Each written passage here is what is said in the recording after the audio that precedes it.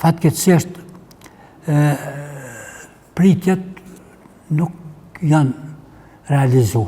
Dhe 2002 deri thjesht 2005 ta thujet që numëronte në vend. E mojnë mend që shteti serb ka qenë aktivisht i angazhuar kundër privatizimit të asoj që ata kanë quajtur pasuria atyre.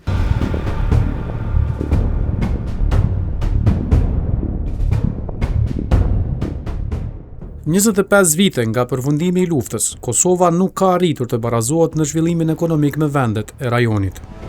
Përkundër interesimit të madh dhe donacioneve ndërkombëtare, investitorët e huaj nuk u bindën masovikisht të investonin kapitalin në zhvillimin ekonomik të Kosovës. Në indekset globale, vendi renditet më mirë se rajoni në sundim të ligjit, nivel më të ulët të korrupsionit dhe nivele të larta të lirisë së medias dhe të demokracisë. Por, realitetin e këto mekanizma nuk është reflektuar në tërheqjen e investimeve të huaja, të cilat paraqesin një realitet tjetër. Kosova vazhdon të jetë vendi më i varfër i rajonit, me deficit të madh tregtar dhe punësim të ulët. Një zonë pas luftës dhe me një mbikëqyrje ndërkombëtare të sigurisë, Kosova pritet të ishte një zonë atraktive për investimet e huaja. Fryma evropiane e vendit premtonte një zhvillim ekonomik të qëndrueshëm, duke u bazuar në vlerat e ekonomisë së gjelbër.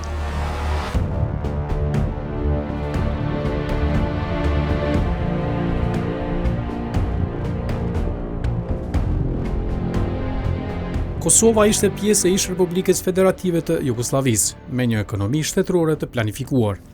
Transformimi në demokraci u mundsoi shteteve të ish Republikës Federative Jugoslave të privatizonin ekonominë dhe të rifunksionalizonin ndërmarrjet e ish komunizmit. Për dallim nga 6 republikat e ish Republikës Socialiste Federative të Jugosllavisë, 25 vite pas luftës, disa prej gjigantëve të ekonomisë së vendit kanë ndryruar aktivitetin biznesor, kanë falimentuar ose janë barë për shtetin, pasi nuk arritën të tërheqin investime nga kompanitë ndërkombëtare. Narrativat dezinformuese me burim kryesisht nga Kremlini dhe Serbia, që nga viti 1999 kundërshtuan ndërtimin e secilit institucion në Kosovë. Bashkë me kontestimin e pavarësisë, këto narrativa dëmtuan rënd sigurinë e investimeve në Kosovë.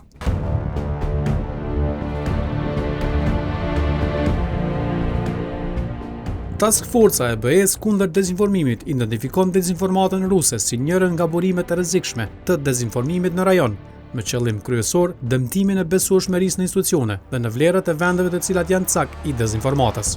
Por, cili ishte sulmi i parë i kësaj natyre që ju bë ekonomisë së Kosovës? Ishte viti 2000 kur misioni i OKB-s në Kosovë nisi transformimin e ekonomisë nga ajo shoqërore në ekonomi të privatizuar. Procesi qëndroi i bllokuar deri në vitin 2005 për shkak të reagimeve nga Serbia. Miliona euro u investuan për të promovuar shitjet e ndërmarrjeve kosovare në procesin e privatizimit, por reklamat deri në revistat e famshme botërore nuk mjaftuan. E shtyr nga Rusia dhe e përkrahur nga Serbia, dezinformatat sulmoi menjëherë procesin. Mjegulla e krijuar synonte të delegjitimonte procesin, duke pretenduar në vazhdimsi që pronat shoqërore ishin në pronësi të Serbisë.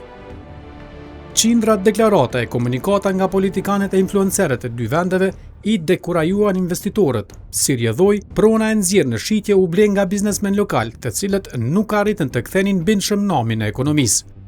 Një fushat tjetër e dezinformatës dokumentohet në kredibilitetin e prodhimeve vendore dhe orientimin e ekonomisë së gjelbër. Pritjet nga procesi i privatizimit kanë qenë shumë të mëdha. Shumë të mëdha kanë qenë. Njerëzit kanë menduar se nëse hym në këtë proces të tranzicionit, si fazë kryesore privatizimi, atëherë mjetet që do të sigurohen nga procesi i privatizimit do të kthehen në ekonomi dhe do të krijohet një bazë financiare e re për prodhimtarie, për zhvillim ekonomik, plus ndërmarrjet ekzistuese do të funksionalizohen dhe edhe ato do të ringjallën dhe do të japin efekte paralele që do të thotë një efekt shtesë do të kemi. Fatkeqësisht pritjet nuk janë realizuar. Tash nuk mund të rri me këmbët ekonomia ku statusi juridik, po edhe politik, sepse Kosova ende se kishte definuar statusin politik, ishte i paqartë dhe nuk mund të asnjë investitor i huaj, po as vendor nuk mund të vazhdonte të bënte investime në rast se nuk e ka të sqaruar të ardhmen e atyre ndërmarrjeve.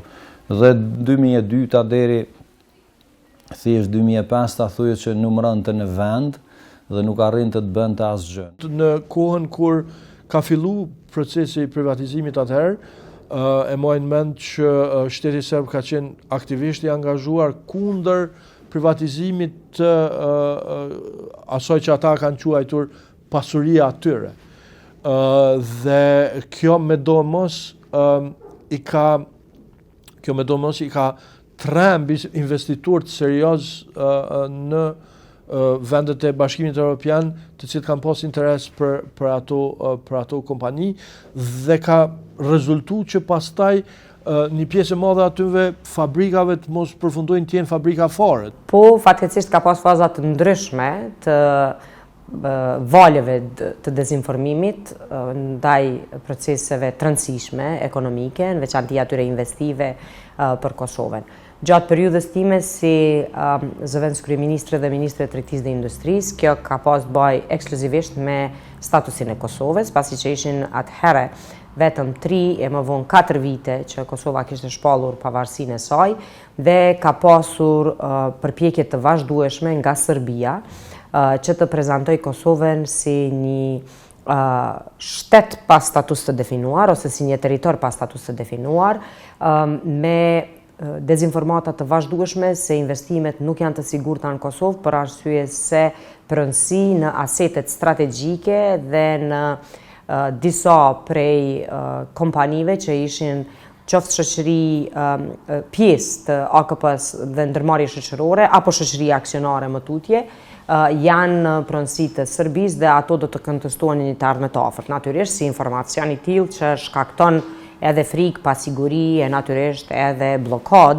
tek investitorët për të ardhur në Kosovë.